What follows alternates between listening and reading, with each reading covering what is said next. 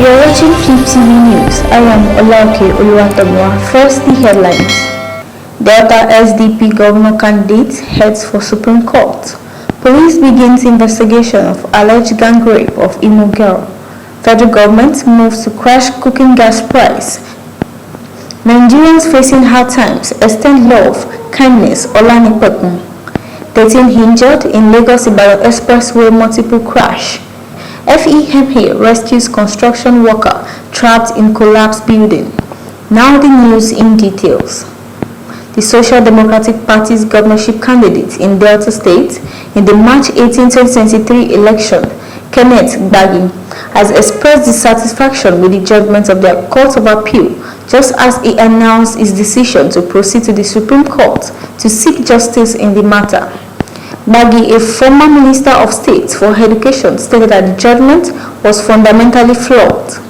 Speaking through his Chief Press Secretary, Olusi Kenneth, on Sunday, Gbagi rejected the judgment and urged that all his supporters to remain steadfast, saying he has instructed his legal team to immediately activate his constitutional guaranteed right of appeal to the Supreme Court. The SDP candidate said the judgment was bereft of substantial justice. He, however, said that the verdict of the court can never destroy his confidence in the judiciary. He expressed faith that God will perfect his political pursuits in his own way and style. Moving on, the Public Relations Officer of the Nigerian Police Force, Olumuyiwa Adejobi, has assured her that the alleged gang rape of a 20-year-old girl by 3 men in Imo State will not be swept under the carpet. Adejobi made this known in a post on X on Sunday, November 26. He wrote, "We condemn this heinous act in totality. The matter will never be swept under the carpet or rug. We have contacted the Imo State Police Command to do the needful, and I will personally monitor it. Rape and DGV are barbaric, and we must do everything to curtail them. Thanks for calling our attention to it and following through." The Imo State Police Public Relations Officer Henry Okoye also tweeted, "Imo State Police Command is aware of this case and has taken necessary investigative steps in ensuring that the victim gets the justice that she deserves. The rapist will certainly be made to face the full weight of the law." A private investigator identified as PIDOM Nigeria on X had posted a series of tweets on Saturday calling on the Nigerian police and the Imo State government get justice for the victim. The tweet reads, "A 20-year-old girl was raped by the men in Warri after one of them hacked her friend's WhatsApp and used it to lure her to a location. She was on a monthly period, but they still raped her. She cried and came back home, but was bold enough to confide to a male friend of hers. The male friend mobilized other young men who went out in their numbers to apprehend the rapist. They were able to arrest 2, but 1 escaped. They handed them over to the police in Imo State. At the police station, it was discovered that one of the rapists was just released last month from detention over another rape case. He had been arrested twice in the case over rape cases. The police detained them, but we don't know how the case will go. The rape took place on the 18th and 19th of November 2023. I'm afraid money might change hands and this rapist might be let off the hook again. I want justice for the rape victim." Meanwhile, the federal government has initiated a process to resolve challenges bordering on the supply and pricing of liquefied petroleum gas in the country's domestic market, better known as cooking gas. A statement by Louis Hiba, spokesperson for the Minister of State Petroleum Resources, Gas, Epo, said the minister waded into the issue following a rise in the price of LPG per kg from about 700 naira to above 1,100 naira in some parts of the country. He said the meeting at the instance of the minister, which was held at the NNPC Towers Abuja, recently had in attendance top officials of Chevron Nigeria Limited, led by Sansa Navasimi, Nigerian Midstream Downstream Petroleum Regulatory Authority, led by its Chief Executive Officer, Farouk Ahmed, and the Nigerian National Petroleum Corporation Limited.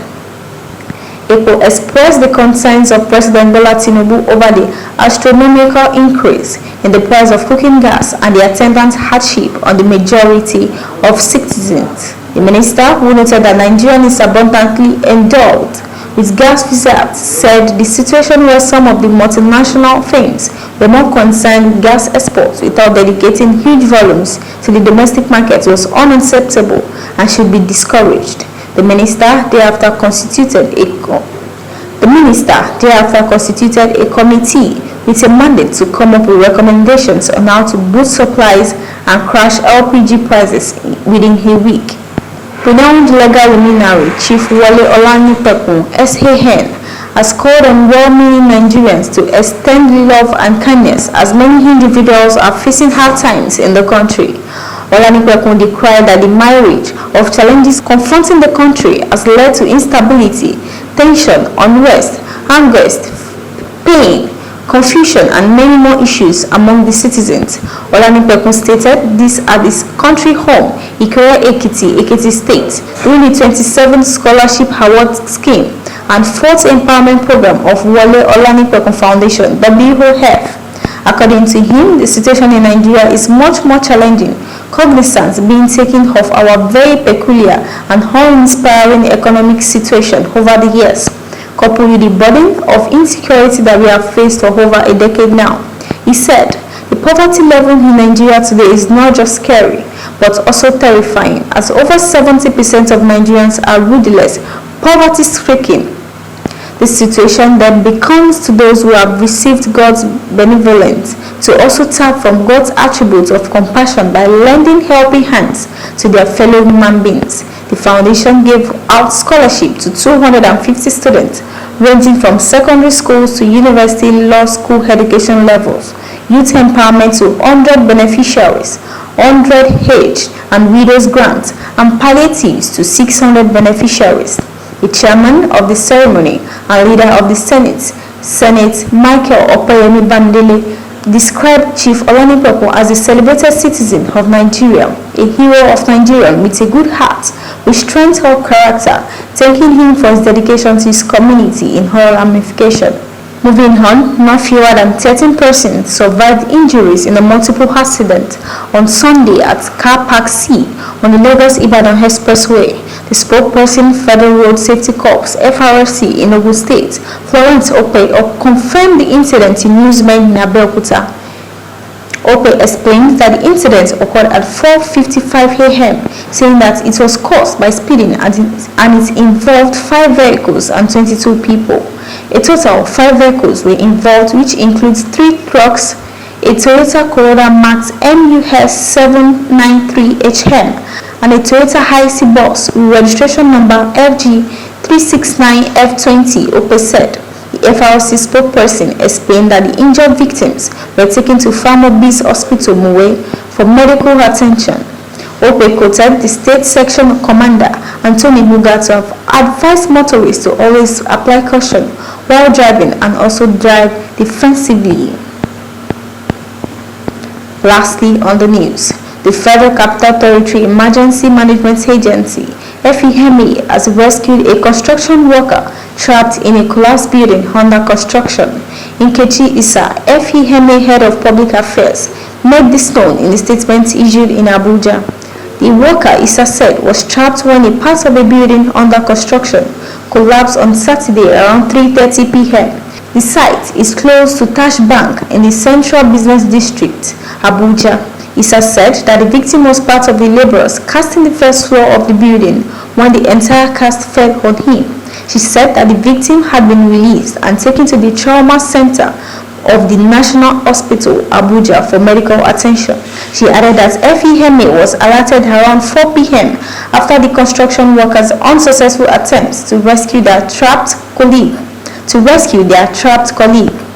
FEMA's search and rescue team and the FCT fire service responded to the distress call and were able to rescue the trapped man with the aid of extrication equipment and the construction company's excavator, Nkechi said. That will be all for now. Kindly subscribe to our YouTube channel and don't forget to turn on your notification bell to always notify you whenever we drop a new video. I am Olaoke Oluwatomiwa.